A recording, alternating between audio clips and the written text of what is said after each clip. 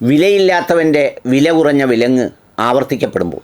പക്ഷേ അത് ട്രംപ് ആയതുകൊണ്ട് അതിൻ്റെ മേൽ വംശീയതയോ ജാതീയതയോ അത്തരം സംഗതികളോ ഒന്നും കേൾക്കാനില്ല. അതേസമയം യമനിൽ കുറ്റം ചെയ്ത ഒരു സഹോദരിയെ ശിക്ഷയ്ക്ക് വിധേയമാക്കാനൊരുങ്ങുന്ന വാർത്തയുടെ താഴെ നോക്കിയാൽ കണ്ണും പൊട്ടും ചെവിയും പൊത്തും.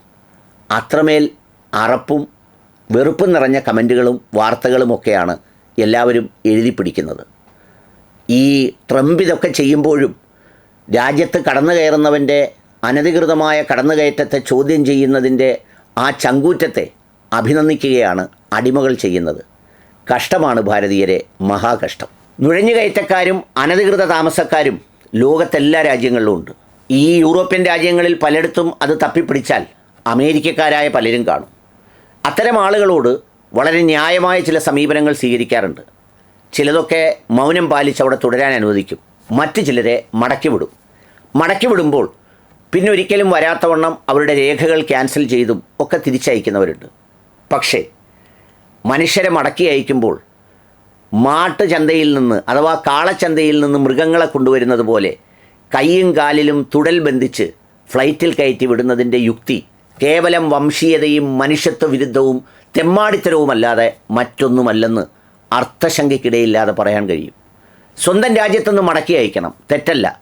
അവരെ മടക്കി അയച്ച് ഫ്ലൈറ്റിൽ കയറ്റിയാൽ സാധാരണ ട്രാൻസ്പോർട്ട് ബസ് പോലെ ആരെങ്കിലും മുകളിൽ വെച്ച് പണിമുടക്കി അവരെ അവിടെ ഇറക്കി വീണ്ടും തിരിച്ച് അമേരിക്കയിൽ തന്നെ ഇറങ്ങുന്ന ഏർപ്പാടൊന്നുമില്ല. ഫ്ലൈറ്റ് പൊന്തിയാൽ അവർ തിരിച്ചുകൂടെത്തും. അവർക്ക് മാന്യമായി മടങ്ങി വരാനുള്ള അവസരം നൽകുക എന്നത് ഒരു രാജ്യത്തിൻ്റെ മാന്യതയാണ്. അത് ദേശീയതയുടെ പേരിലായാലും അല്ലാതെയായാലും ഒക്കെ അങ്ങനെയാണ് ചെയ്യേണ്ടത്. കർശനമായ നിയമം സ്വീകരിച്ചുള്ളൂ, പക്ഷേ മനുഷ്യത്വ വിരുദ്ധമായി പ്രവർത്തിക്കാൻ പാടില്ല.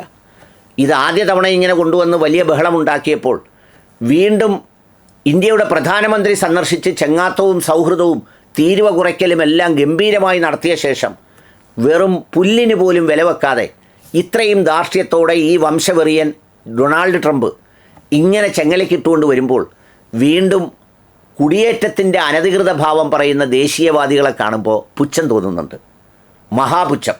കാരണം ഫ്ലൈറ്റിനകത്ത് കൈകാലുകൾ ബന്ധിച്ച് കൊണ്ടുവരുന്നത് എന്തിനാണെന്ന് മനസ്സിലാക്കിയില്ല. ഇന്നത്തെ മനോരമ പത്രത്തിൻ്റെ തലക്കെട്ട് എന്നിട്ടും ചെങ്ങലപ്പൂട്ടെന്നാണ്. എന്ന് പറഞ്ഞാൽ ഇതെല്ലാം ചെയ്തിട്ടും വീണ്ടും ചെങ്ങലപ്പൂട്ട്.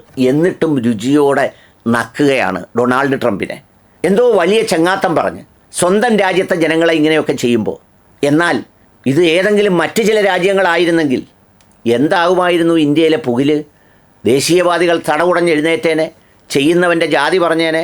എടാ, ഇറാനിലെ ഏതെങ്കിലും പെണ്ണിൻ്റെ പൂട മുറിച്ചാൽ ഇന്ത്യയിലുള്ളവർക്ക് കിടക്കാനൊക്കില്ല, എല്ലാവരും പെട്ടിയെടുത്ത് പാകിസ്ഥാനിൽ പോകണം. യവന്മാരെല്ലാം അങ്ങനെയാണ്, 6-ാം നൂറ്റാണ്ടാണ്, പ്രവാചകൻ പറഞ്ഞതാണ്, അങ്ങനെയാണ് ചെയ്തിരുന്നത്, പ്രവാചകൻ്റെ കാലത്ത് ചെങ്ങലക്കിട്ടിരുന്നു എന്നൊക്കെ പറയുന്ന കഥകളുമായി ഇങ്ങ് അരിപ്പുമണിയൻ ആരിഫ് മുതൽ ഒരുപാട് ആളുകൾ രംഗത്തെത്തും. വളരെ മനോഹരമായി പറയുന്നവരൊക്കെ യൂട്യൂബിൽ ഇതൊക്കെ വിശദീകരിച്ച് പറയും.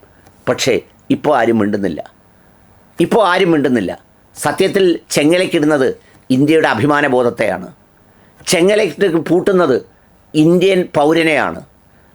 അനധികൃതമായി അവൻ പ്രവേശിച്ചു എന്നുള്ളത് ലോകത്താദ്യമായി ഇന്ത്യക്കാരൻ ചെയ്യുന്ന തെറ്റല്ല, ലോകത്തെല്ലാ മനുഷ്യരും ചെയ്യുന്നതാണ്. ഇതേ യൂറോപ്യനാണ് അനധികൃതമായി നമ്മുടെ രാജ്യത്ത് കടന്നു വന്ന് നമ്മളെ ദ്രോഹിച്ച് നമ്മളെ എല്ലാം പറ്റിച്ച് കടന്നു പോയിട്ട് നമ്മളെ കൊണ്ട് സാർ സാർ സാർ എന്ന് അന്നും വിളിപ്പിക്കുന്നത് ഇന്നും വിളിപ്പിക്കുന്നത്.